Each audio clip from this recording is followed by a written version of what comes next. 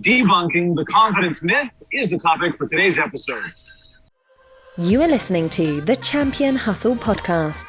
Play to succeed in business and in life. Featuring Levi Hunsaker and Ryan Black. Welcome to the Champion Hustle podcast. This is episode number 39. My name is Ryan Black. And my name is Levi Hunsaker. And you know what, guys? If you're watching the video today, you're going to see that Ryan is in a little bit different place than usual. And if you're watching the audio, you're gonna notice he kind of sounds a little odd, just because he's on mobile audio. He's not sitting in his home studio. But tell us where you are, Ryan. So, saludos desde Cancun, Mexico. We're here in Mexico right now with the family, enjoying a little vacation, enjoying a little R&R, and having a great time. It's nice and warm and sunny. And so, yeah, just walking by the pool. Got people enjoying the pool there. Awesome. Great place to be. Beautiful, beautiful. Well, I'm living vicariously through you right now. What is going on there? I have no idea. It's Mexico. Who knows, man? It's great. We love it. Yeah, good times. All right, so what are you doing down there? We mentioned that you like in previous episodes that you like to take business trips to kind of do your company retreat or company maintenance, annual meetings and things like that. What are you doing down there? Yeah, exactly. To make this a write-off. So we're doing, see, that's the golden question right there. I think we're losing you. You're cutting out a little bit, Ryan.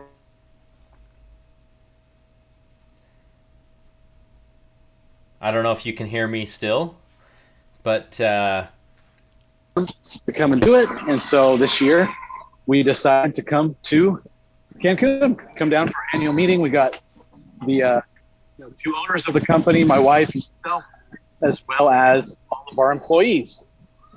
Which and who are your employees? So we got them. Yep, our kids. So they're here. They're actually right there in the swimming pool right now. I'm just going to sit down here where I can. This is a team bonding exercise, isn't it? Yes, it is. So it's great. We're here having a fun time. In a couple minutes, we're going to actually go swim with the dolphins. So we're going to go swimming with some dolphins. That's going to be a lot of fun. And yeah, we're at a all-inclusive resort. It's great. Good time. Good to kind of reset, strategize, and be able to go back home with a vengeance and be able to tackle whatever challenges 2021 brings. Awesome. I love it.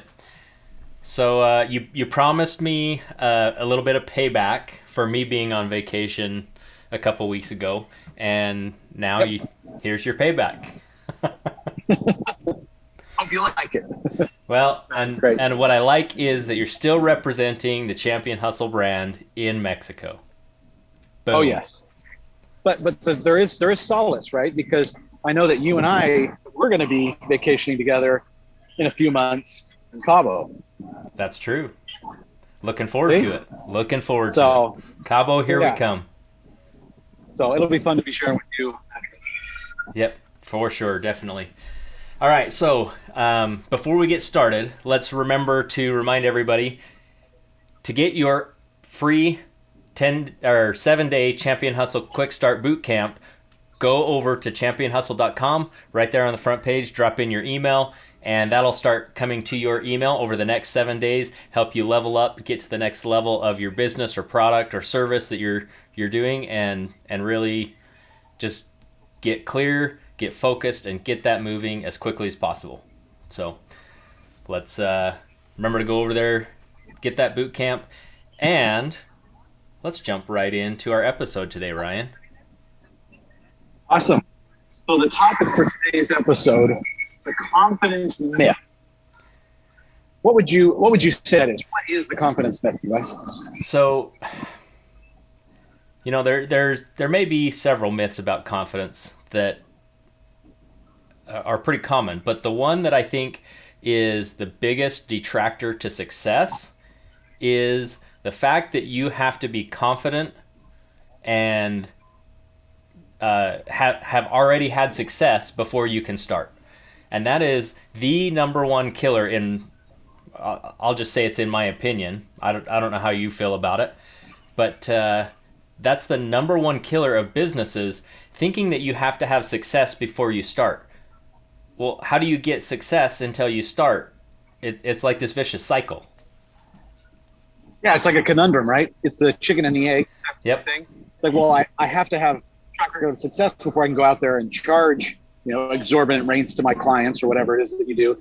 Yet I can't do that until I have experience. And I think all entrepreneurs go through that cycle. I think that the exception to that is if somebody, let's say you've worked in a specific industry for a long time working for a company, and then you're like, okay, now I want to branch off and do it on my own. I think those folks are more in a position where they're like, oh, I got this. I've been doing it for years. But I think everyone else, speaking from experience, there's a lot of times where I don't really know what I'm doing. I've got to learn, but I don't want to screw up on when I'm actually working with a customer, working with a client. And so, I think it's a real challenge. Many entrepreneurs. Yeah. So for our listeners, Ryan is kind of in a windy place, and so his noise canceling is kind of going in and out. And so you'll hear him getting louder and quieter, but just stick with us, because I think this is a very valuable topic to make sure that you're focused and pushing forward in your business. And I mean, you hit it right on the head. Is we want to make sure that we are starting from a place where we have a passion for what we're doing, but in a lot of cases, most entrepreneurs feel like they jumped into the deep end. and they feel like they've got this imposter syndrome. They don't know what they're doing. They may even feel like they're drowning or floundering. And you know what? I'm going to tell you right now, that is honestly the best possible place that you can be as an entrepreneur. It means that you've jumped in, you've moved forward, you've taken action, and you're out of your depth. Yeah, and so I just moved over here to a different location. I'm closer to the pool, so you might hear more screaming in the background. But hopefully I'm a little more protected from the wind. But yeah, you definitely, I mean, sometimes you just got to do it. Obviously, there's certain things depending on the type of industry that you're in. If you're, a medical professional, you're not going to be like, oh, we'll figure it out. Let's just open them up and see what we find. Bring the duct tape. We'll figure it out. But so obviously there's exceptions. But for the most part, yeah. I mean, we talk about this a lot: relationships, the value of relationships, and who associating yourself with the right people. But that getting frozen in fear of saying, I can't offer my product or my service. I really can't take that step until I have everything dialed in, until I'm fully confident, until I have a track record of success. You just got to dive in. I mean, you just got to do it within reason, of course. But that's where, once again, the relationships come in, where you have strategic partners, you have mentors, you have, even your competition. Other people looking and seeing and asking advice from them. I know that, even when people know that they're your direct competitors, people are people. And, if you're saying, hey, look, I'm starting out on this. Do you have any advice for somebody? You've been doing it for 20 years or 30 years or whatever. Those types of companies that have been around for so long are not really going to see you as a threat if you're just getting started. They're not, because they're so established. What are some tips that you have, or how did you handle this? How did you handle that? If you can nurture those relationships, even with your direct competition, in a lot of situations, people will give you tips and help you, give you advice and information that you can use to overcome some of those stumbling blocks that you might face.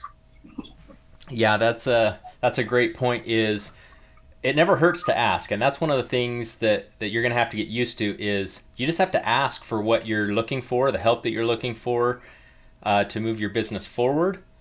And the worst they can say is no. I mean, yeah. At best, they're going to actually offer you some mentorship and some guidance. And you said another really interesting thing there. You talked about medical professionals. And you know, you don't you don't want somebody just jumping right into surgery with no experience, because that's a questionable thing. But even those medical professionals started with zero experience. And there's a funny word that's used in both medical and legal field. It's called practice. So what I find amusing is those are and sports, right? Those three areas of professions, they actually what's the right word that I'm thinking of? They focus on practice and getting better and constantly learning, because they already know that they don't know everything. So why does every other industry, every other profession not talk about practice? Why do they not talk about continual learning? And I'm kind of saying that tongue in cheek, because there is an emphasis in a lot of industries about continual learning, but it's really emphasized in the legal and medical professions, because doctors and lawyers, they practice their entire lives. They're never really an expert. Yeah, well, I think that there's certain expectations or maybe a standard that we hold ourselves to, and we expect, oh, I've got to be perfect, I've got to have it at a certain level, and it's simply not that way, right? I mean, definitely, if you're thinking, okay, once I have a specific level of confidence in my craft, will I be more successful? Will I make more money? Absolutely, 100%. Because once you achieve that level of mastery, it's going to show, and you're going to emanate that confidence, exude that confidence, and that will be kind of an accelerant in whatever it is that you're doing. It will accelerate it even more. But once again, nobody gets to that position without going through the trenches, as it were, because that's how we create that confidence. The confidence is not created because of, the things that I've accomplished. The confidence is created because of all the things that I haven't accomplished and all the failures, right? Because when we look at fear, when we look at a challenge in business or in life for that matter, but specifically talking about business, when you're looking at a fear of something that you're going to fail, you're not going to succeed, it's the unknown of what if. If you've already experienced all of those what ifs and you've already had them happen, they're no longer unknown and they're no longer a fear. And so at that point, you're able to, that's what develops the confidence, is because I know everything that could possibly go wrong.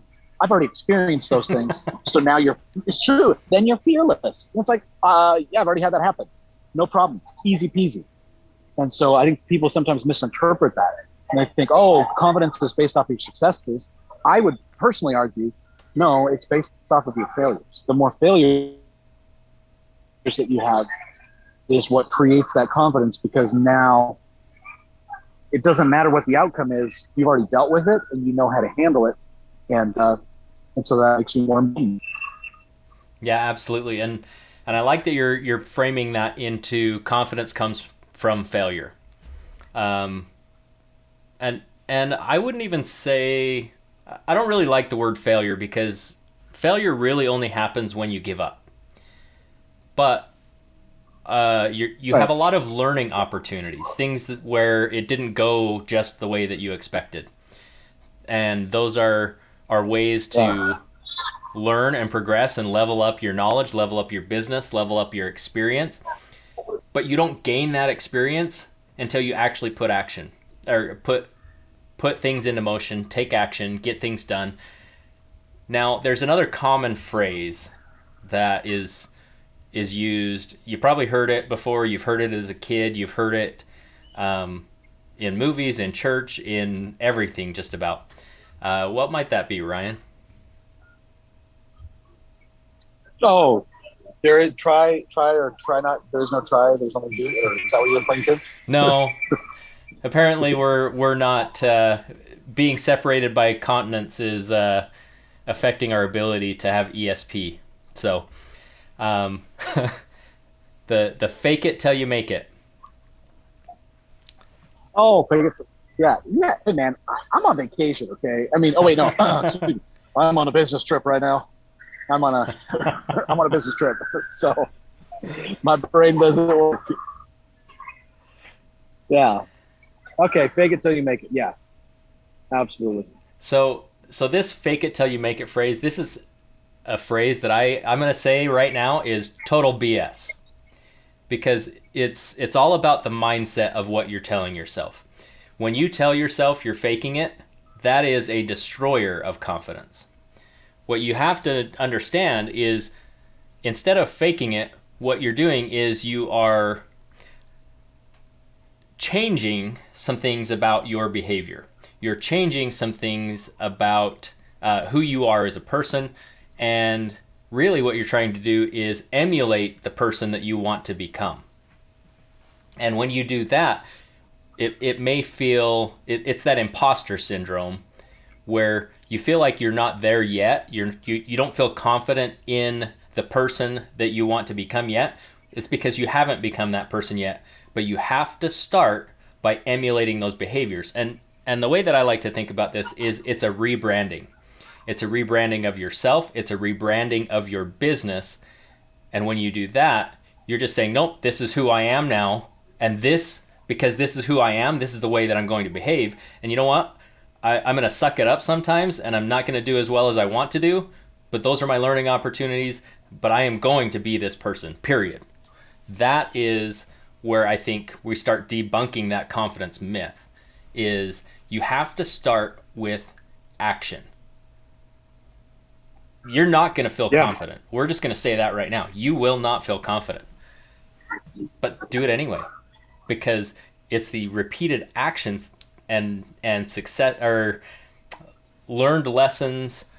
Maybe you want to call them failures. That's not my word of choice, but it's that repetition and just consistently taking action, learning from the challenges that came up, and just leveling up and doing better the next time. That's where confidence comes from. Yeah.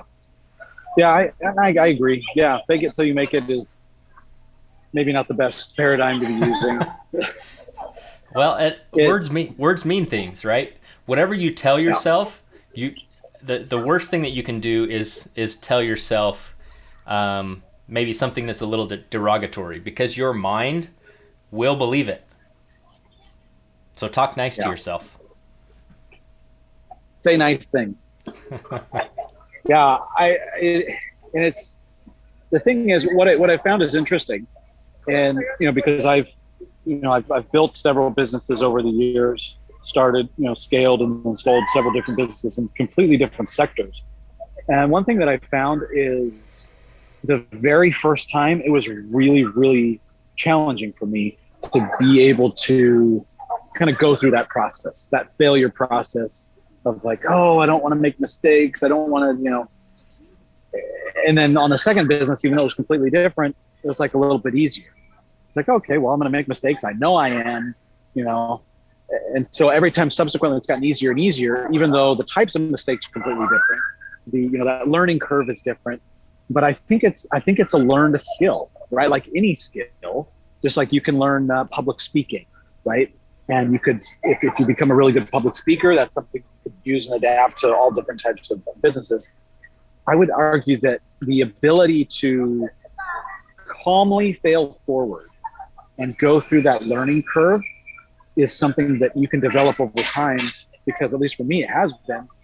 Like on my current business, I know I'm going to make mistakes. I continue to make mistakes. I'm very experienced in what I do. I'm very confident. I have a big track record of success. I also have a ton of failures, but I am no longer afraid of making more failures. It's like, hey, we'll figure it out. It's going to work one way or the other. We're going to make it work. And I know if I were to, in the future, if I pursue another business down the road, I'll be even less afraid of making mistakes, because it's over time, you become more and more confident in yourself, confident in the fact that I'm going to screw up and I'm going to make mistakes. And it's okay, because that's how I'm going, right? You've already ran the race. Maybe you ran it on a different track. You're in a different stadium, but you've already run the race. So you already know what's going to happen. And it's just a matter of saying, hey, okay, new location, new track, but it's still me. I got my same running shoes on, and let's do this. let's start the race. Let's go. Yeah. So that's huge, is just realizing that each time you've kind of rebooted, I guess, with different businesses, that you get to take the lessons, and in business, like business is business. Different industries have some of their own nuances, right? But most of the business principles are the same, regardless of what industry you're in. Running a business is running a business. You have to be disciplined. You have to focus on activities that create results. You have to focus on keeping your calendar and your schedule tight, so that you're focused on the actions that can produce the results. Make sure that you're prioritizing those correctly and being efficient with your time, because there's nobody there, handing out a paycheck every 2 weeks when you're in business. You get paid for the results that you produce, period.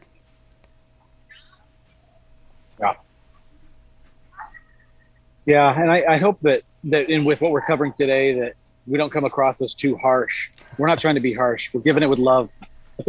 This is meant to be encouraging. Really is. Yes. Yeah, absolutely. Because it is, and from experience, we both know this from experience, it can be one of the most discouraging aspects of starting a new business, is that where you're like, well, what do I? It can be overwhelming, and so we're trying to say, look, there's light at the end of the tunnel. If it is such an empowering skill, just like communication skills, sales skills, right? There's all of these different, even computer skills, right? Understanding how to use technology in your business. It's a universal skill that if you develop it, it will serve you for a lifetime in whatever business, whether it's your current venture or another one in the future. It's so incredibly valuable. Yeah, and these skills, we want you to start building the skills now, because as you get going in your business, you're not going to feel like you have it all together. And guess what? That is 100% okay. We want you to know that. We want you to be able to take this as an encouragement that you don't have to have the confidence today. But what you do have to do is know the next step that you're going to do, and then go do it. And as you keep pushing forward, you're going to have wins, you're going to have losses, but those are all benefits to progressing your business forward because you took action. And once you take action, all of the successes and all of the losses, those are things that are going to give you the confidence to keep going, to keep building, to level up, and really to crush your business the way that you know you can and the way that we know you can. So we just want to give you that confident, or that boost from us, saying that we know you can do it. We will be confident for you, but you have to take action, and you have to start right now. Yep. I love it. No more procrastination. Just do it. That's right. Procrastination Cool. Well, thanks, is Levi. overrated. This has been... Yeah. Well, it's okay. I'll stop procrastinating tomorrow. Don't worry about it. That's right. Well, I hear some dolphins calling me. I think it's about time for me to head out. Well, this was a fun, interesting experience. Hopefully our listeners got value out of it, and hopefully that they see that it's not always just 100% business all the time. There's reasons that you're doing all of this, so that you can spend more time with your family, so that you can experience the world like you're going to do with the dolphins right now. That's definitely something that's on my bucket list, is to go swimming with the dolphins. So with that, I think we're going to wrap up this episode. It's just going to be a little bit shorter than normal, and that's okay. But we want to thank Ryan for joining us all the way from Cancun, and want to remind you that you can get access to all the episodes of our podcast in any of your favorite podcast directories, as well as YouTube and Facebook. So you can get all the links. Just head over to championhustle.com, and that's the way that you're going to connect with everything that we've got to offer you guys. So with that, we want to say congratulations for making it through this episode with us, and think about what your very next action is going to be. And that, I thought Ryan was going to say something, but he's not, so I will say, have a great week, everybody. Thanks, guys. Yeah, have fun. Bye-bye. See ya. Thank you for joining us on this episode of the Champion Hustle podcast. For more great content and to join our online community, visit us at championhustle.com.